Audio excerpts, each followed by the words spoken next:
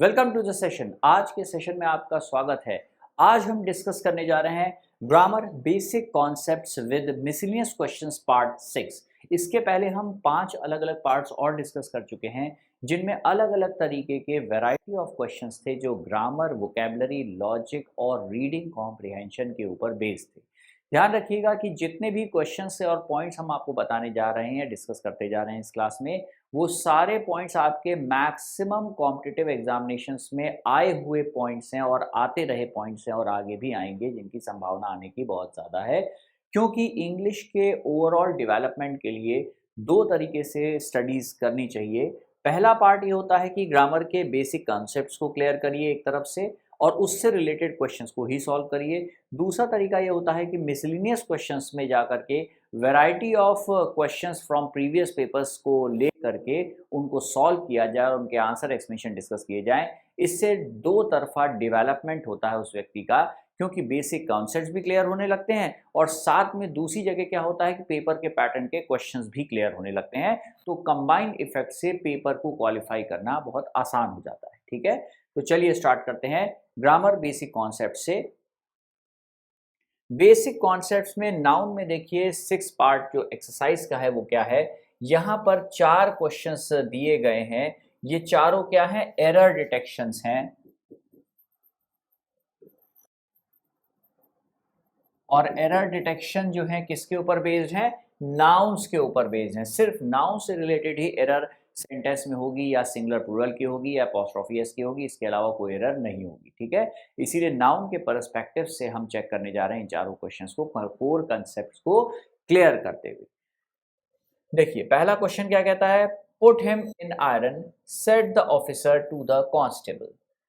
Officer ने constable से कहा कि उसे आयरन में जकड़ दो। अब ये सेंटेंस जो है उसे आयरन में रख दो। अब ये सेंटेंस का कुछ मीनिंग क्लियर नहीं बैठा है, इसलिए हमको जितने भी नाउन्स हैं उनको हम सर्कल कर लेंगे। पहला है आयरन, दूसरा है ऑफिसर और तीसरा है कांस्टेबल। ठीक है, तो यहाँ पर सेंटेंस में आपको 3 अलग अलग नाउन दिखाई दे रहे हैं। ठीक है, ध्यान रखिएगा कि ऑफिसर जो है ये कॉमन नाउन है और कांस्टेबल भी कॉमन नाउन है, और जो आयरन शब्द है ये जनरली होता है प्रॉपर नाउन। ठीक है, लेकिन यहाँ किस नाउन के बेस पर यूज किया गया है ये हमें पता होना चाहिए, तभी हम अंदाजा लगा पाएंगे कि ये सही लिखा है या गलत लिखा है। क्योंकि सेंटेंस में नाउन के जरा सा वर्ड चेंज होने पर मीनिंग चेंज हो जाता है। ठीक है, दूसरे सेंटेंस में देखिए क्या है।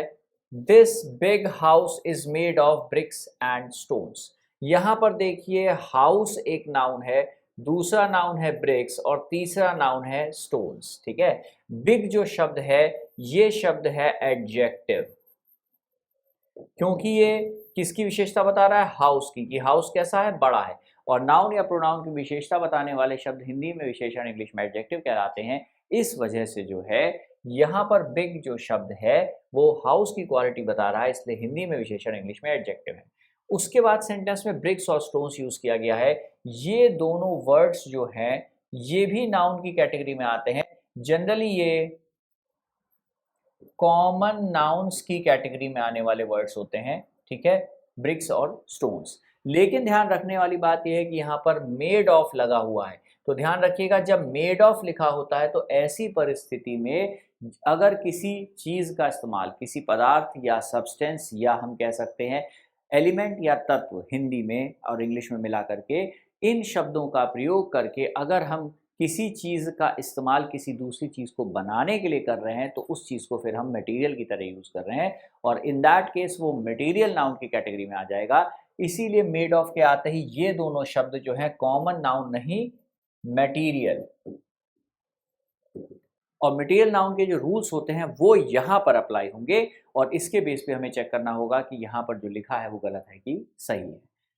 नेक्स्ट वाले में देखिए इसके बाद क्या है। नेक्स्ट वाले में 700 rupees have been spent by your elder brother this evening. आज शाम तुम्हारे भाई के द्वारा 700 रुपए खर्च किए गए। ठीक है, अब यहां पर सेंटेंस में 700 रुपीज में देखिए 700 है, ये रुपीज है, ये हैव है, been spent by your elder brother this evening.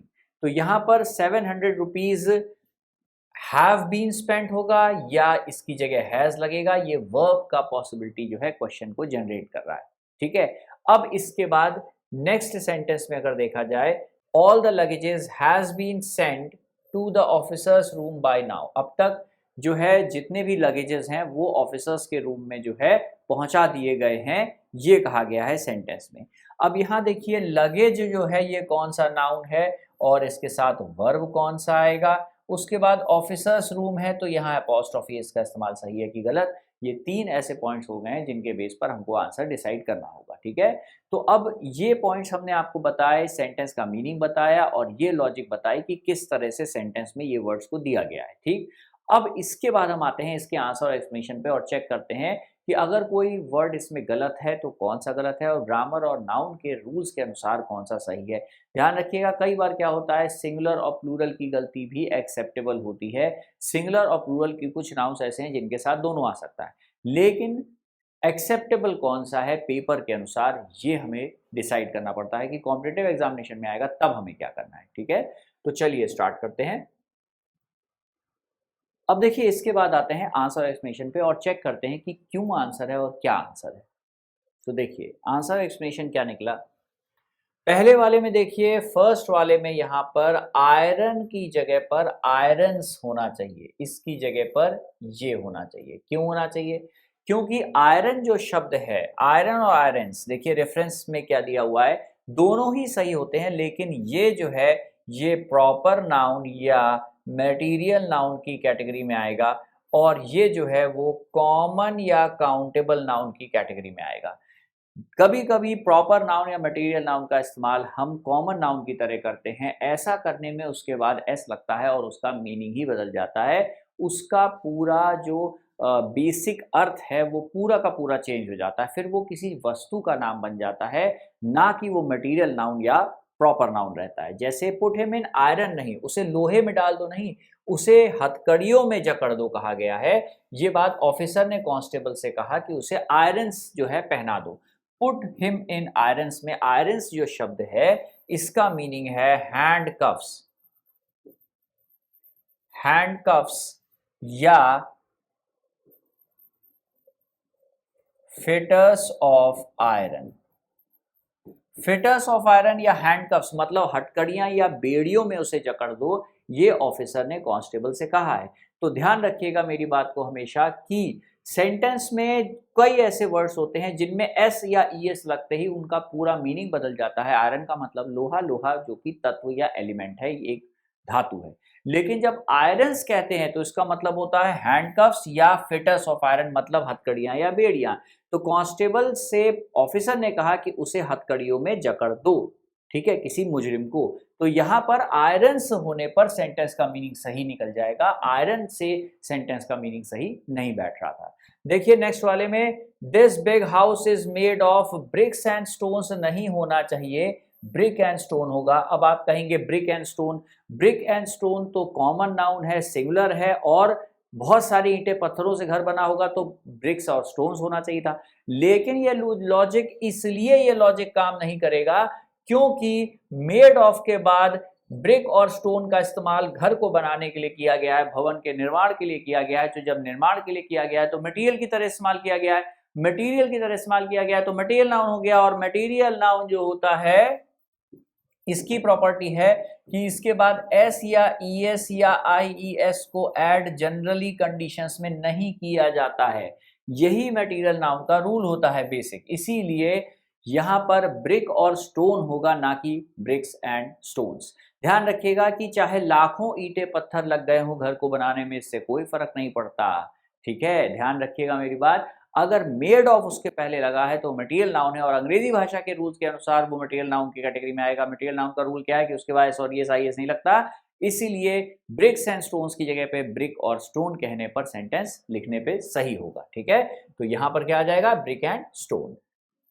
Third वाले में 700 रुपीज हैव बीन स्पेंड या हैज बीन स्पेंड कहा जाए तो कई ग्रामेरियंस ने दोनों को एक्सेप्ट किया है कि भाई एक से ज्यादा रुपीज हैं तो प्लूरल भी सही है, हैव बीन स्पेंड, और हैज बीन स्पेंड भी सही है। लेकिन कॉम्पिटिटिव एग्जामिनेशन के हिसाब से सिंगुलर वर्ब को प्रेफरेंस दिया जाता है कि 700 रुपए स्पेंड हो चुके हैं। 700 रुपए एक अलग यूनिक क्वांटिटी है,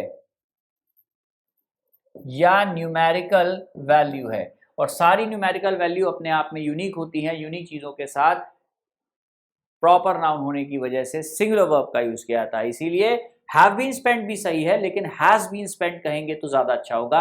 700 rupees has been spent by your brother, elder brother, this evening कहा जाएगा। ठीक है, तो ये कॉम्पिटिशन के हिसाब से आ गया आंसर। फोर्थ में देखिए, all the luggages has been sent to the officers room by now. तो लगेजेस नहीं होगा, लगेज होगा। उसका रीजन है, उसका रीजन ये है कि एक बात ध्यान रखिएगा, लगेज वर्ड के साथ ही मिलते जुलते कुछ और वर्ड्स भी होते हैं जिन पे सेम लॉजिक अप्लाई होता है, तो वो हम एक साथ मेंशन कर देते हैं। जैसे बैगेज हो गया, लगेज हो गया, साजो सामान हिंदी में जो कहा जाता है, इसको हमेशा जो है अनकाउंटेबल नाउन माना जाता है। ठीक है, क्योंकि जितना भी आपके साथ बैग, बैगेज, साजो सामान है, टोटल मिला के बैगेज और लगेज शब्द के अंतर्गत आ गया। इसीलिए इसके साथ जो होता है वर्ब सिंगुलर होता है और इसे प्लूरल नहीं लिखा जाता, इसमें एस या ईएस जो है नहीं बढ़ाया जाता है, इसको प्लूरल फॉर्म में जनरल कंडीशंस में नहीं लिखा जाता है। ऐसे ही और कुछ वर्ड्स हैं जैसे इंफॉर्मेशन है, एडवाइस है, न्यूज है, इनका भी प्लूरल फॉर्म अंग्रेजी भाषा में जनरल कंडीशन में यूज नहीं होता है। इसीलिए all the luggage has been sent to the officers room by now होगा, ना कि लगेजेस होगा, क्योंकि बैगेज और लगेज का इंग्लिश भाषा में जनरल कंडीशंस की बात करते समय जब साजो सामान की बात करते हैं तो प्लूरल नाउन की तरह से इसे यूज नहीं करते हैं। ठीक है, इसी तरह से देखिए, जैसे वुड और वुड्स का डिफरेंस है। वुड का मतलब लकड़ी और वुड्स का मतलब फॉरेस्ट या जंगल को कहा जाता है, उसे भी वुड्स कहा जाता है। इसी तरह से ग्लास का मतलब शीशा और ग्लासेस का मतलब क्या हो गया, स्पेक्टिकल्स या चश्मा। तो ये अंतर होता है, कई नाउन्स में एस और एस लगाने पे उनका पूरा मीनिंग ही बदल जाता है और इसी बेस पर क्वेश्चन जो है जनरेट होता है। ठीक है, अब देखिए इसके बाद नेक्स्ट पार्ट पे आते हैं और देखते हैं कौन कौन से क्वेश्चंस हैं। देखिए फिफ्थ, सिक्स्थ, सेवेंथ और एट्थ।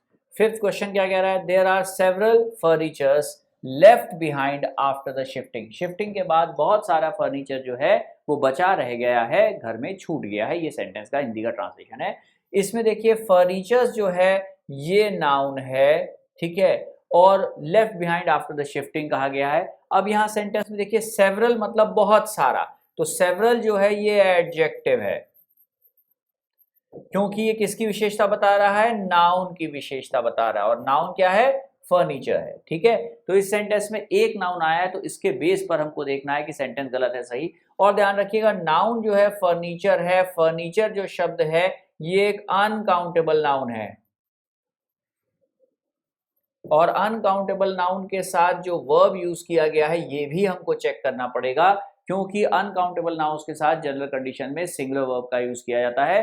तो कुछ एरर का पॉइंट हो सकता है यहाँ या यहाँ, यही दो पॉइंट्स हो सकते हैं जो हमको चेक करने हैं।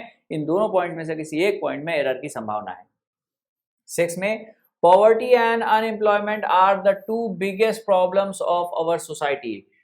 बेरोजगारी मतलब अनएम्प्लॉयमेंट और पॉवर्टी मतलब गरीबी, ये दोनों हमारे देश की सबसे बड़ी समस्याओं में से एक है, हमारी सोसाइटी की सबसे बड़ी समस्याओं में से एक है। तो एक नाउन ये हो गया, दूसरा ये हो गया।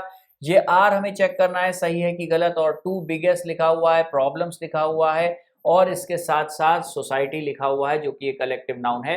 तो तकरीबन हमें जो है 1, 2, 3, 4 और 5, 4 या 5 वर्ड्स हमें ऐसे मिल गए जो चेक करने हैं हमें नाउन के दृष्टिकोण से, पॉइंट ऑफ व्यू से गलत हो सकते हैं। साथ में वर्ब सिंगुलर या प्लूरल इनके साथ इस्तेमाल किया जाएगा, ये भी देखना है। और दो बिगेस्ट प्रॉब्लम्स कह रहा है। अब देखिए यहाँ पर बिगेस्ट वर्ड जो है वो क्या है, एडजेक्टिव है, क्योंकि ध्यान रखिएगा नाउन के पहले आने वाला कोई भी शब्द जो है अगर सुपरलेटिव है तो एडजेक्टिव होगा। बिग, बिगर, बिगेस्ट कोई भी क्वालिटी बताने वाला वर्ड है। सुपरलेटिव एडजेक्टिव मैंने इसलिए कहा क्योंकि किसी भी क्वालिटी की हाईएस्ट डिग्री को सुपरलेटिव कहा जाता है। सबसे बड़ा, सबसे छोटा, सबसे अच्छा, सबसे बुरा जितना भी होगा वो सब सुपरलेटिव एडजेक्टिव होगा, मतलब सब में जो है सबसे बड़ा होने की पॉसिबिलिटी जो होती है वो सुपरलेटिव होती है। ठीक है, अब देखिए उसके बाद आता है 7th वाले में, he gave me several advices regarding the latest project report. उसने लेटेस्ट प्रोजेक्ट रिपोर्ट के बेस पर उसके रिगार्डिंग, उसके संदर्भ में मुझे जो है बहुत सारी हिदायतें दी। तो सेवरल एडवाइसेस है, ठीक है, एक ये नाउन हो गया देखिए सेंटेंस में, और एक प्रोजेक्ट और रिपोर्ट हो गया। अब देखिए सेंटेंस में इसी तरह से जैसे यहाँ एडजेक्टिव आया था, ये भी एडजेक्टिव है लेटेस्ट, ठीक है, और सेवरल भी अभी बात हुई थी एडजेक्टिव है, तो ये भी एडजेक्टिव हो गया, ठीक।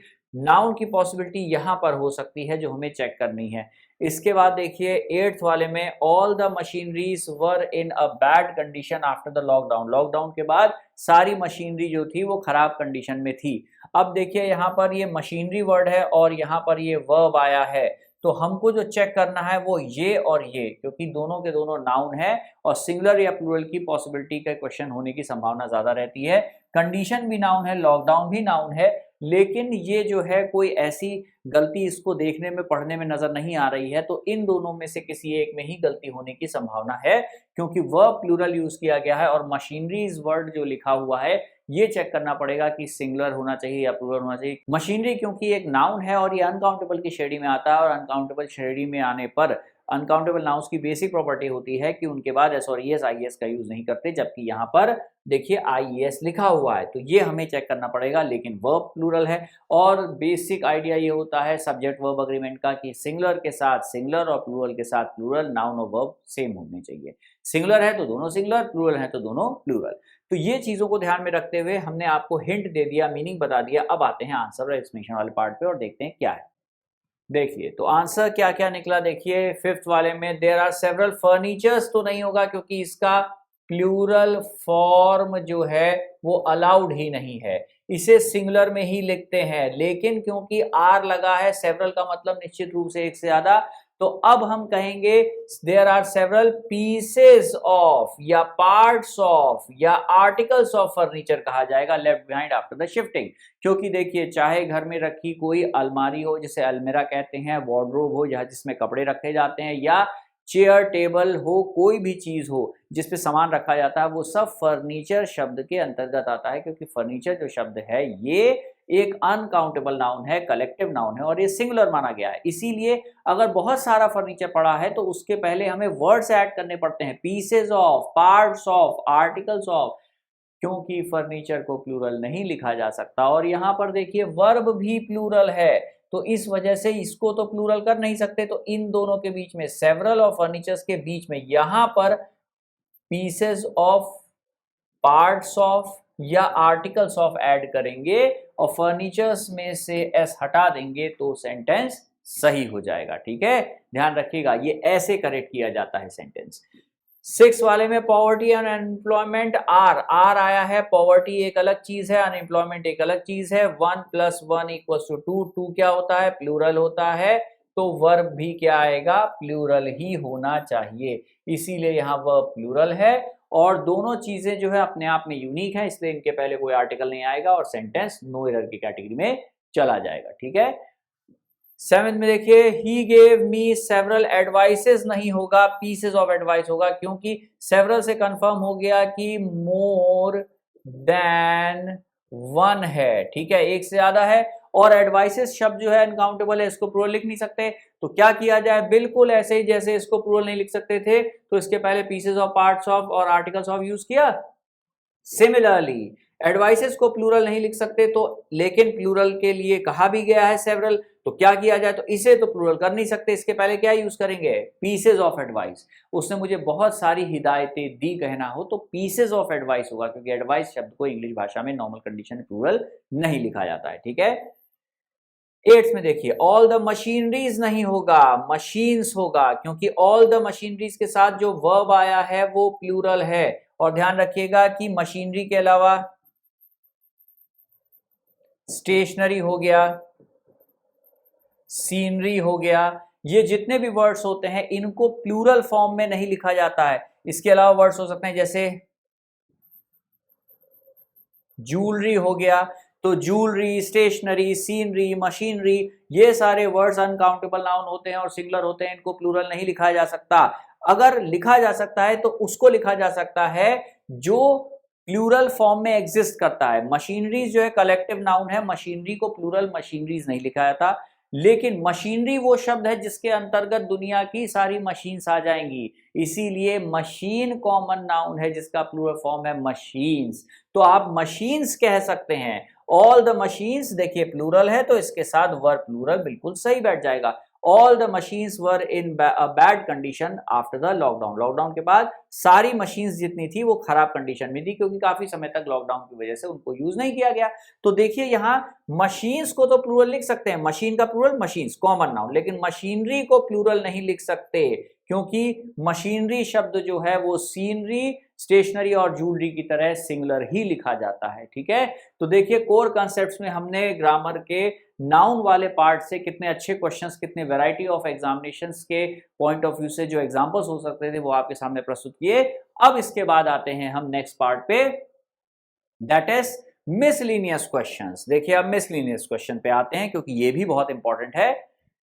क्वेश्चन वर्ड देखिए क्या कह रहा है, select the most appropriate meaning of the idiom. Idiom का सबसे अच्छा मीनिंग निकालना है। एलिफेंट इन द रूम को क्या कहा जाएगा? पहला ऑप्शन है an obvious issue left unaddressed due to its sensitivity. कोई ऐसा इशू, कोई मुद्दा जो कि जिसके ऊपर बात करनी, उसे एड्रेस करना छूट गया है, रह गया है संबोधित करना, क्योंकि वो बहुत ही ज्यादा सेंसिटिविटी वाला मुद्दा है, मतलब जिस पे बहुत ज्यादा तर्क वितर्क, बहस और लड़ाई झगड़ा हो सकता है, बहुत सेंसिटिव इशू है। जैसे कि धर्म से रिलेटेड बातों में बहुत ध्यान रखना पड़ता है बात करते समय, क्योंकि लोगों की जो धार्मिक भावनाएं हैं वो आहत ना हो जाए इस वजह से। इसीलिए कह रहा है कि क्या इसका मतलब ये है कि कोई ऐसा इशू जो जग जाहिर है कि जो जिसके ऊपर संबोधित नहीं किया गया, इसके ऊपर बात नहीं की गई क्योंकि मुद्दा बहुत सेंसिटिव है। क्या इसका मतलब एलिफेंट इन द रूम का मतलब ये है? पहला ऑप्शन है। दूसरा है an extremely fat person sitting all alone in a room. एक रूम में एक बहुत ज्यादा मोटा व्यक्ति जो एक जगह पर बैठा हुआ है, क्या एलिफेंट उसको लिए कहा गया? क्योंकि मोटे लोगों को आप हाथी कहते हैं, लोग मजाक उड़ाते हैं, तो क्या ये मीनिंग है इसका? तीसरा है a wild untamed animal left to wander astray. एक वाइल्ड एनिमल जो कि जिसको पाला ना, पालतू ना किया गया हो, जो पालतू ना हो, जिसे घूमने के लिए छोड़ दिया जाए, वॉन्डर एस्ट्रे। और लास्ट है a pretty affair which is kept a secret. एक ऐसा अफेयर या ऐसी बात या मुद्दा या किसी तरीके का एजेंडा जो कि जो है सीक्रेटली रखा गया है। ठीक है, एलिफेंट इन द रूम। अब इनमें से चारों में से कौन सा आंसर होगा? ध्यान रखिएगा ईडियम फ्रेजेस में कोई लॉजिक नहीं चलती, ये जैसे होते हैं वैसे होते हैं, इसलिए अगर याद है तो याद है और नहीं याद है तो फिर आंसर नहीं दे सकते। ठीक है, चलिए आंसर देखते हैं। तो देखिए एलिफेंट इन द रूम का मतलब क्या निकला? A pretty affair which is kept secret. एक ऐसा मुद्दा जो बहुत ज्यादा आर्ग्यूमेंट और बहस को जन्म दे, जिसकी वजह से उसे जो है सीक्रेट रखा जाए या दबा के रखा जाए, क्योंकि उसके सामने आते ही बहुत बड़ी समस्याएं हो जाएंगी या बहुत लोगों की कलई खुल जाएगी या लोगों की ऐसी करप्शन या कोई ऐसी बात सामने आ जाएगी जिससे बहुत ज्यादा बखेड़ा खड़ा होगा, इसलिए उसे जो है शांत रखा जाए, छुपा के रखा जाए। तो that is elephant in the room. ठीक है, चलिए नेक्स्ट क्वेश्चन पे आते हैं। इसके बाद नेक्स्ट क्वेश्चन मिसलिनियस का क्या कहता है कि सिनोनिम इस शब्द का क्या है, और वर्ड है एमिएबल। ठीक है, पहला वर्ड है ऑनेस्ट, दूसरा है डिसऑनेस्ट, तीसरा है फ्रेंडली और चौथा है डिसएग्रीबल। डिसएग्रीबल मतलब जिसमें आपको सहमति ना हो उसे डिसएग्रीबल कहते हैं। ठीक है, तो अब देखिए यहाँ पर एमिएबल वर्ड जो है ये एक पॉजिटिव वर्ड है, मैं बताना चाहूंगा, जिसका मतलब होता है दोस्ताना या दोस्ती से भरा हुआ या मदद करने वाला, असिस्टेंट करने वाला या सपोर्ट करने वाला। तो उसके बेस पे ऑनेस्टी डिसऑनेस्टी का मतलब तो नहीं निकलता। सबसे बेहतर आंसर जो है वो फ्रेंडली होना चाहिए, क्योंकि एमिएबल का मतलब ही है फ्रेंडली नेचर होना, मदद करने के लिए तैयार होना। ठीक है, चलिए इसके बाद नेक्स्ट क्वेश्चन पे चलते हैं। थर्ड देखिए क्वेश्चन क्या कह रहा है, फिल इन द ब्लैंक को करना है हमें। He has been conducive, connotative, third option है कंसिस्टेंट, चौथा है कंस्ट्रक्टिव। ठीक है, in his performance throughout. तो कह रहा है ही हैज बीन कंड्यूसिव सही है, या कॉनोटेटिव सही है, या कंसिस्टेंट सही है, या कंस्ट्रक्टिव सही है in his performance through out. वो शुरुआत से अपनी परफॉर्मेंस में कंड्यूसिव रहा है, कॉनोटेटिव रहा है, कंसिस्टेंट रहा है, कंड्यूसिव रहा है या कंस्ट्रक्टिव रहा है। तो इनमें से एक वर्ड बिल्कुल सही आंसर बैठेगा जो हमको डिसाइड करना है। ठीक, तो चलिए ये मीनिंग्स के ऊपर बेस है, तो सीधे मीनिंग्स की तरफ पहुंचते हैं और देखते हैं कि क्या मीनिंग सबसे सही बैठ रहा है और क्यों। तो देखिए यहां पर आंसर क्या निकला, ही हैज बीन, आंसर निकला कंसिस्टेंट, मींस स्टेबल। ठीक है, कंसिस्टेंस का मतलब क्या है? स्टेबल है। वो अपने परफॉर्मेंस में थ्रू आउट जो भी वर्क उसका है उसमें परफॉर्मेंस देने में बिल्कुल स्टेबल रहा है, मतलब बैलेंस रहा है, लगातार अच्छी परफॉर्मेंस देता रहा है। तो यहाँ पर ये मीनिंग सबसे सही बैठ गया। कंड्यूसिव का मतलब होता है हेल्पिंग और मेकिंग समथिंग हैपन, किसी चीज को फेवर करने वाला या किसी चीज की हेल्प करने वाला मीनिंग होता है। कॉनोटेटिव का मतलब है समथिंग सजेस्टेड बाय वर्ड और थिंग, किसी चीज के एग्जाम्पल के थ्रू किसी चीज को सजेस्ट करना या वर्ड से किसी चीज को कॉनोट करना, मीन्स बताना या समझाने के लिए किसी एग्जाम्पल को देना। और कंस्ट्रक्टिव का मतलब क्रिएटिव होता है, इसीलिए कंसिस्टेंट, आप कहते हैं कि भाई वो व्यक्ति बहुत कंसिस्टेंट व्यक्ति है, मतलब रिलायबल व्यक्ति है, उस पर आप विश्वास कर सकते हैं, वो हमेशा टाइमली अपनी परफॉर्मेंस को डिलीवर करता है। ठीक है, चलिए इसके बाद आते हैं नेक्स्ट क्वेश्चन पे। फोर्थ क्वेश्चन क्या कहता है, दैट इज फोर्थ क्वेश्चन कहता है कि ग्रामर वाली ग्रामेटिकली एरर ढूंढनी है। The teacher punished him and told him that he does not need to give a clarification. Teacher ने उसे पनिश किया और उसे कहा कि तुम्हें किसी प्रकार का क्लैरिफिकेशन देने की जरूरत नहीं है, मतलब किसी भी प्रकार का जो है अपनी बात को कंफर्म करने के लिए हम तुमसे कोई सफाई नहीं मांग रहे हैं। ये सेंटेंस का मीनिंग निकल गया। ठीक है, पहला क्या है option, that is need to give a clarification, दूसरा है द टीचर पनिश्ड हिम, तीसरा है एंड टोल्ड हिम, चौथा है दैट ही डज नॉट। अब इसमें से कोई एक वर्ड जो है आंसर की श्रेणी में सबसे पहले बैठेगा, सबसे अच्छा बैठेगा। चलिए देखते हैं वो क्या है। अच्छा एक बात और, इसे बताने से पहले एक बात मैं और साफ कर दूं, एक ग्रामर का एक बहुत इंपॉर्टेंट लॉजिक है जो हम यही बता दे रहे हैं। सेंटेंस में पनिश्ड जो है वो पास्ट इंडेफिनेट में आया है। ठीक है, पास्ट इंडेफिनेट मतलब वर्ब का सेकंड फॉर्म। और ध्यान रखिएगा अगर सेंटेंस का स्टार्टिंग हिस्सा पास्ट में है और उसके साथ टोड लगा है, ये भी है और ये दोनों है रिपोर्टिंग वर्ब। रिपोर्टिंग वर्ब अगर टोल्ड या पनिश्ड पास्ट में हो तो उसके बाद दैट लगाओ तो इनडायरेक्ट स्पीच होती है, और इसके बाद का पूरा सेंटेंस किस में हो जाता है, वो भी पास्ट इंडेफिनिट में ही होता है। तो इस लॉजिक को लगाएंगे तो आंसर सही आ जाएगा। मैंने आपको हिंट दे दिया है, चलिए आंसर पे चलते हैं, देखते हैं क्या आंसर है। तो देखिए आंसर क्या निकला, The teacher punished him and told him that he does not need to give a clarification में फोर्थ वाला ऑप्शन गड़बड़ है, that he does not नहीं होगा, did not हो जाएगा need, क्योंकि जब सेंटेंस में यहां पास्ट है यहां पास्ट है तो रिपोर्टिंग वर्ब अगर पास्ट में होता है तो रिपोर्टेड स्पीच का जो वर्ब होता है वो भी पास्ट में ही होना चाहिए। तो डज नॉट क्या हो गया, प्रेजेंट हो गया, और होना क्या चाहिए, पास्ट। तो डज का पास्ट क्या होता है, डिड होता है, इसीलिए डज के पास्ट डिड की वजह से यहां डज की जगह पे क्या आ जाएगा, डिड। और सही सेंटेंस क्या दिखेगा, the teacher punished him and told him that he did not need to give a clarification. ऐसा लिखने पे सेंटेंस डज को जैसे ही आप चेंज करेंगे सेंटेंस सही हो जाएगा डिड लगाते ही। ठीक है, आई होप यहां तक आपको चीजें समझ में आ गई होंगी। अब आते हैं लास्ट क्वेश्चन पे आज के सेशन के। तो देखिए लास्ट क्वेश्चन क्या है, लास्ट क्वेश्चन है कि वन वर्ड सब्स्टिट्यूशन वाक्यांश के लिए एक शब्द हमें डिसाइड करना है। क्वेश्चन फिफ्थ क्या कहता है, a person who takes care of cattle. Cattle मतलब मवेशियों का ध्यान रखने वाला कोई व्यक्ति है अगर तो उसे क्या कहा जाता है। ठीक है, ये वन वर्ड सब्स्टिट्यूशन है।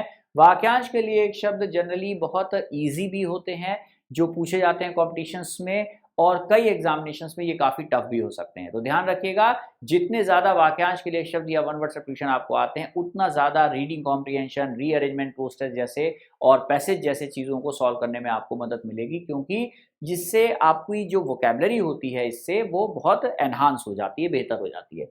तो जो कैटल मवेशियों का ख्याल रखे उस व्यक्ति को क्या कहते हैं, पहला है गार्डनर, दूसरा है काउहर्ड, तीसरा है गार्ड और चौथा है लैंडलॉर्ड। ठीक है, ये सारे वर्ड्स आपने सुने हैं, हो सकता है काउहर्ड आपने नहीं सुना हो। अब ध्यान रखिएगा कैटल जो शब्द है ये मवेशियों को ही रिप्रेजेंट करता है, मतलब गाय बैल जो होते हैं, भैंस, इन सबको रिप्रेजेंट करने वाला वर्ड है, लाइफ स्टॉक को रिप्रेजेंट करने वाला वर्ड है, और कैटल का मतलब ही मवेशी होता है। तो अब आपको हिंट से अंदाजा लग गया होगा कि कौन सा आंसर है। गार्डनर तो हो नहीं सकता क्योंकि इसका मतलब तो है बागवानी करने वाला जो पेड़ पौधों का ध्यान रखे। गार्ड आप जानते हैं जो सिक्योरिटी गार्ड के सेंस में। लैंडलॉर्ड मतलब अगर आप किराए पे रह रहे हैं तो आपके लैंडलॉर्ड हैं जिनका खुद का लैंड है, जिसके घर बना है, जो मकान मालिक है उसे लैंडलॉर्ड कहते हैं, आप टेनेंट होते हैं उनके यहाँ।